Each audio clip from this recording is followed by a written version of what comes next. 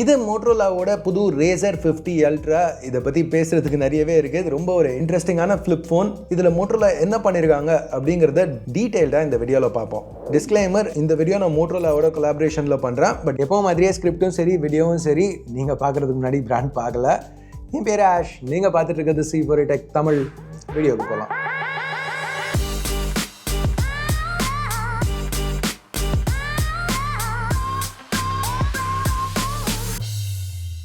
யூஷுவலோட கொஞ்சம் லென்த்தான பாக்ஸ் இங்கே கொடுத்துருக்காங்க. Sound by Bose branding, includes Moto Buds plus, ரெண்டுமே டாப்பில் மென்ஷன் ஆயிருக்கு. அதுக்கு வருவோம். மோட்டோரோலா இந்தியாவில் ஒரே ஒரு ஸ்கியூ தான் லான்ச் பண்ணுறாங்க, 12/5/12. அதான் எனக்கு அமைச்சிருக்காங்க. பாக்ஸை ஓப்பன் பண்ண உடனே டாப்பில் ஒரு இன்சர்ட் இருக்குது. இதில் சேஃப்டி இன்ஃபர்மேஷன் புக்லெட், அப்புறம் குவிக் ஸ்டார்ட் கைட்ஸ், ஃபோனுக்கு பட்ஸ் ப்ளஸ் ரெண்டுத்துக்குமே கொடுத்துருக்காங்க. அடுத்து ஒரு சிம் இஜெக்டர் டூல், அப்புறம் நீங்கள் வாங்குகிற கலருக்கு ஏற்ற மாதிரி மேட்சான ஒரு ஹார்ட் ஷெல் கேஸ். ஏன்னா தூசியாக இருக்குன்னு கன்ஃபியூஸ் ஆனீங்கன்னா எனக்கும் அதே கன்ஃபியூஷன் தான். இல்லை, இதோட பேட்டர்னே அப்படி தான். சரி, இப்போ நம்ம Razr 50 Ultraக்கு வருவோமே. அந்த ப்ரொடக்டிவ் ராப்பர் ரிமூவ் பண்ணலாம்.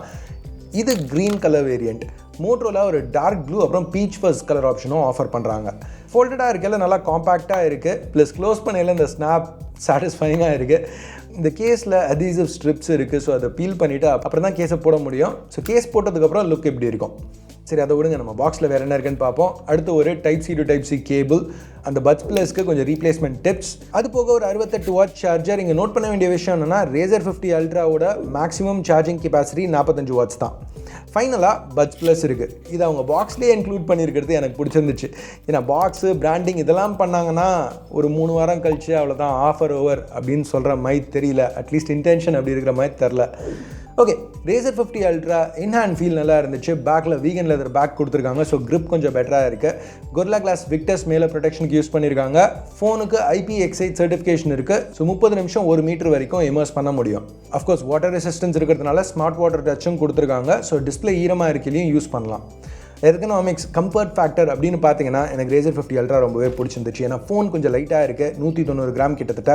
வித்தும் கம்மி, 74 மில்லிமீட்டர்ஸ் தான். ஸோ ஒரு கையில் யூஸ் பண்ணுறதுக்கு கொஞ்சம் ஈஸியாக இருந்தது. ப்ளஸ் லீக்காகவும் இருக்குது. 7.1 மில்லிமீட்டர்ஸ் தான் ஓப்பனாக இருக்கையில். இங்கே இந்த ஃப்ரேம் 6000 சீரிஸ் அலுமினியம். இங்கே நோட் பண்ண வேண்டிய ஒரு விஷயம், Razr 50 Ultraவை பல ஆங்கிளில் நீங்கள் ஓப்பனாக வைக்கலாம். இதுக்கு காரணம் ஹிஞ்சை மோட்டோரோலா அப்கிரேட் பண்ணியிருக்காங்க.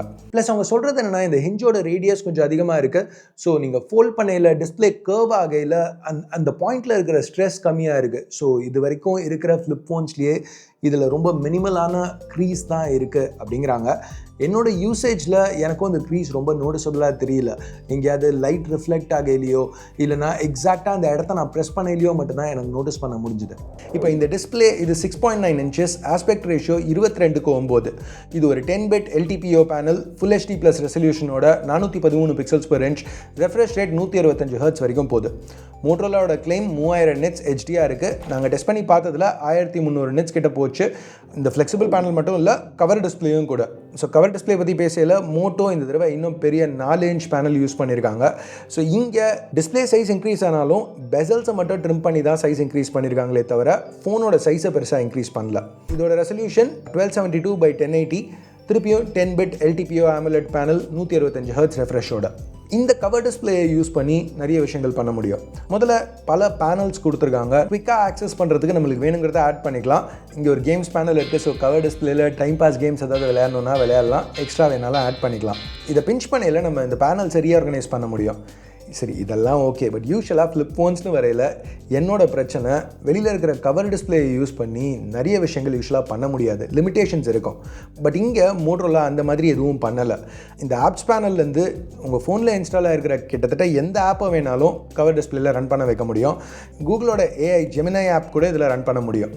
இங்கே இந்த கேமரா சுற்றி இருக்கிற ஏரியா வேஸ்ட் ஆகுதுன்னு நினச்சிங்கன்னா மேலே புஷ் பண்ணிட்டு ஃபுல் ஸ்க்ரீன் செலக்ட் பண்ணிங்கன்னா முடிஞ்சிடுச்சு. Generate an image of 2 cats playing. Sure, here is an image of 2 cats playing. நல்லா இருக்குல்ல? மற்றபடி தேவைக்கேற்ற மாதிரி ஆப் ஓரியன்டேஷன் மாற்றிக்கலாம். ஃபோனை ஓப்பன் பண்ணிங்கன்னா அப்படியே உள்ள டிஸ்பிளேயில் கண்டினியூ பண்ணிக்கலாம். இப்போ அதோட ரிவர்ஸ் பண்ணணுன்னா, அதாவது இப்போ ஏதோ ப்ரௌஸ் பண்ணிட்டு இருக்கீங்க, டக்குன்னு க்ளோஸ் பண்ணிங்கன்னா டிஃபால்ட்டாக ஸ்க்ரீன் ஆஃப் தான் ஆகும். பட் செட்டிங்ஸ்க்கு போனீங்கன்னா உங்களுக்கு வேணுங்கிற சில ஆப்ஸை நீங்கள் க்ளோஸ் பண்ணியில் கவர் டிஸ்பிளேக்கு ஸ்விட்ச் பண்ண வைக்க முடியும். ஸோ ப்ரௌஸ் பண்ணிகிட்டு இருக்கையில் டக்குன்னு க்ளோஸ் பண்ணால் வெளியில் உள்ள டிஸ்பிளேல கண்டினியூ பண்ணலாம். ஆப்ஷன் நல்லா தான் இருக்குது, பட் க்ளோஸ் பண்ணையிலலாம் வெளி டிஸ்பிளேக்கு ஆப் போச்சுன்னா எனக்கு அது வேணாம் அப்படின்னு நினச்சிங்கன்னா அதுக்கும் ஒரு ஆப்ஷன் கொடுத்துருக்காங்க. இங்கே மேனுவல் சூஸ் பண்ணிங்கன்னா இப்போ நீங்கள் ஃபோனை க்ளோஸ் பண்ணையில் இந்த சின்ன ஐகான் கீழே இருக்கும், அதை ஸ்வைப் பண்ணிங்கன்னா நீங்கள் விட்ட இடத்துலேருந்து கண்டினியூ பண்ணிக்கலாம். எனக்கு இந்த இம்ப்ளிமெண்டேஷன் ரொம்பவே பிடிச்சிருந்துச்சு.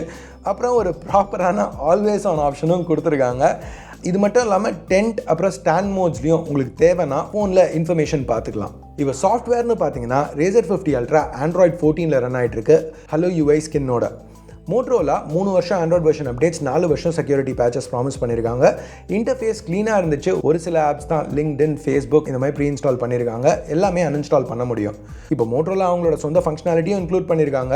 நம்ம H50 Ultra வீடியோவில் ரீசெண்டாக பார்த்தோம்ல, அந்த எல்லா ஃபங்க்ஷன்ஸும் இங்கேயும் இருக்குது. இப்போ ஸ்டைல் சிங்க், வால்பேப்பர்ஸ் உங்கள் ஸ்டைலை மேட்ச் பண்ணுறதுக்கு ஜென்ரேட் பண்ணுறதுலேருந்து smart connect features, Moto AI functionality எல்லாமே இங்கேயும் இருக்குது. ஸோ அந்த ஃபீச்சர்ஸ்லாம் பற்றி இன்னும் தெரிஞ்சுக்கணும்னு நினச்சிங்கன்னா H50 Ultra வீடியோவை செக் பண்ணி பாருங்கள், இங்கே கார்டு கொடுக்குறேன். மற்ற fan favourite features, twist to launch camera, இல்லை ஷேக் பண்ணிங்கன்னா ஃப்ளாஷ் லைட் ஆன் ஆகுது, அதுவும் இங்கே அவைலபிளாக இருக்குது. டிஸ்பிளே ஃபோல்டடாக இருக்கையில் கூட யூஸ் பண்ண முடியும். டிஸ்பிளே ஃபோல்டடாக இருக்கிறத பற்றி பேசையில் இந்த இடத்துல கேமரா ஆப்பில் கொஞ்சம் லிமிடேஷன்ஸ் இருக்குது. இன்னமும் ஃபோட்டோஸ் எடுக்க முடியும், ஸ்கவுண்ட் டவுன்லையோ இல்லை ஸ்க்ரீனை டேப் பண்ணியோ போர்ட்ரேட்ஸ் எடுக்கலாம், வீடியோ ரெக்கார்ட் பண்ணலாம், அதெல்லாம் ஓகே. பட் பண்ண முடியாத விஷயம் செகண்டரி கேமராவுக்கு ஸ்விட்ச் பண்ண முடியாது கவர் ஸ்க்ரீன்லேருந்து. ஐ மீன் டெக்னிக்கலாக வேணும்னா தலையை சுற்றி மூக்க சொல்லலாம். இப்போ கேமரா ஆப் ஆன் பண்ணிவிட்டு கவர் ப்ரிவ்யூ ஆன் பண்ணிவிட்டு அங்கேருந்து 2x கேமராவை செலக்ட் பண்ணிவிட்டு வால்யூம் கீஸ் வச்சு நீங்கள் ஃபோட்டோ எடுக்கலாம்.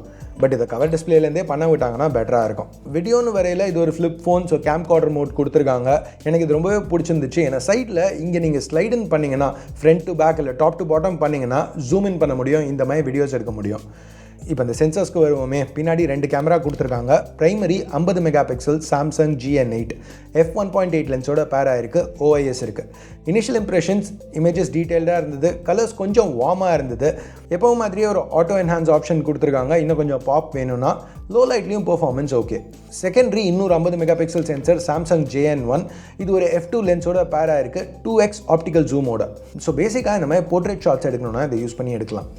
வீடியோ ரெக்கார்டிங் 4K 60 FPS வரைக்கும் இருக்குது. ஃபுட்டேஜ் ரொம்ப நல்லா இருந்தது, ரொம்ப ஸ்டேபிளாக இருந்தது.